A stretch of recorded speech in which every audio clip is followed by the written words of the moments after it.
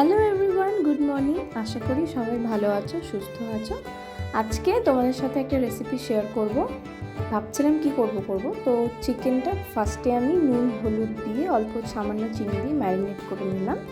Marinate করার পরে তোমরা দেখতে পাচ্ছ যে একটা পেঁয়াজ আমি একটু একটু করে কুচিয়ে নিলাম।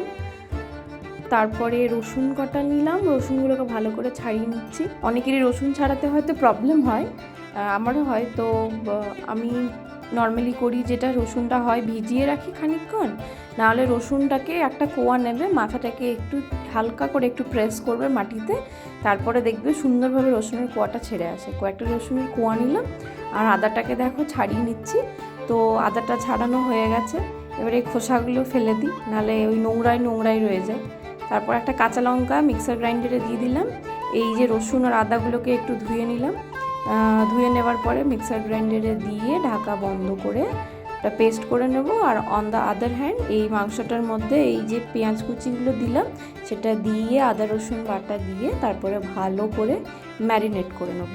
ম্যারিনেট করাটা যে কোনো রান্নার ক্ষেত্রে খুবই ইম্পর্টেন্ট, কারণ কি ম্যারিনেট করলে যেটা হয় মাংসের মধ্যে প্রপারলি মশলাগুলো ঢোকে, মাংসটা অনেকটা সফট হয় এবং খেতেও খুব টেস্টি হয়। এই দেখো আমি ঢাকা দিয়ে দিলাম, 5 থেকে 10 মিনিট কি 20 মিনিট একটু রেখে দিলাম, হয়ে গেছে। হওয়ার পরে এরপর আমি গ্যাসের মধ্যে একটু ফোড়ন দিয়ে দিলাম। এখানে আমি অল্প সামান্য একটু জিরে আর শুকনো লঙ্কা ফোড়ন দিয়েছি। কেউ যদি মনে করে শুকনো লঙ্কা কম বেশি, ওটা কম বেশি করে নিতে পারে, যে যেরকম স্বাদ অনুযায়ী খাই। এরপরে একটা একটা করে আমি এবারে খুঁজে বেড়াচ্ছি। আমার খুব ভয় লাগে, তো আমি খুঁজছি একটা যাতে ঢাকনা কিছু থাকে, ঠিক আছে। তো আমার ওই যে তেলের ছেটাটা আসে সেটা আমার খুব ভয় লাগে। তো তোমাদেরও হয়তো ভয় লাগে, যাদের যাদের ভয় লাগে রান্না করতে তেলের মধ্যে জাস্ট গরম কিছু দিতে, কমেন্ট সেকশনে জানিও। আমার কিন্তু ভীষণ ভয় লাগে। আস্তে আস্তে সব মশলাটা দিয়ে দিলাম। এই দেখো মশলাটা সব দেওয়া হয়ে গেছে, অলমোস্ট কমপ্লিট। এত গরম পড়েছে এখানে, গরমে থাকাই যাচ্ছে না।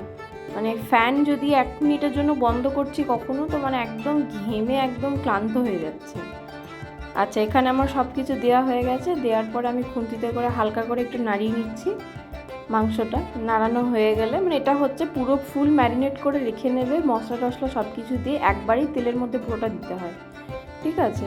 এরপরে আমি সামান্য একটু লবণ অ্যাড করছি এটার মধ্যে, পরিমাণ মতো, যে যেরকম অনুযায়ী খাই, নিজের আন্দাজ মতো। আবার একটু নাড়িয়ে নিচ্ছি। যা গরমে মানে রান্নাঘরে থাকাই যাচ্ছে না, রান্না কি করবে, এত গরম এখন, মানে এক্সট্রিম সব জায়গাতে শুনছি গরম পড়েছে। আমি তো যেখানে থাকি এর ওপরে তবুও ঘর আছে, তারপরেও এত হিটের একটা গরম, পুরো একটা ভেপার আসছে ঘরের মধ্যে, যে থাকাই যাচ্ছে না। রান্নাটা এই যে করব আমি, এটা কিন্তু পুরোটাই লো ফ্লেমে, খেয়াল করে দেখবে সবাই। তো লো ফ্লেমে করলে যেটা হয় সেটা হচ্ছে, আমি একবার হাই থেকে লোতে করলাম, রান্নাটা খুব ভালো হয়। মানে পুরো এন্টায়ার যে রান্নাটা করব সেটা পুরোটাই লো ফ্লেমে করব, ঠিক আছে। ঢাকা দিয়ে দিলাম। ঢাকা দেওয়ার পরে আমি এটাকে ছেড়ে দিলাম।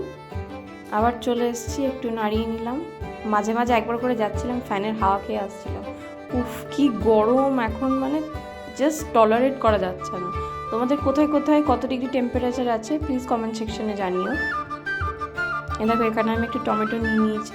মশলাটা কষানো হচ্ছে ততক্ষণে মিক্সার গ্রাইন্ডার, ওই একই গ্রাইন্ডিং জারের মধ্যে কয়েকটা টমেটো কুচি নিয়ে নিলাম, মানে একটা মোটামুটি একটা বড় সাইজের টমেটো নিলাম।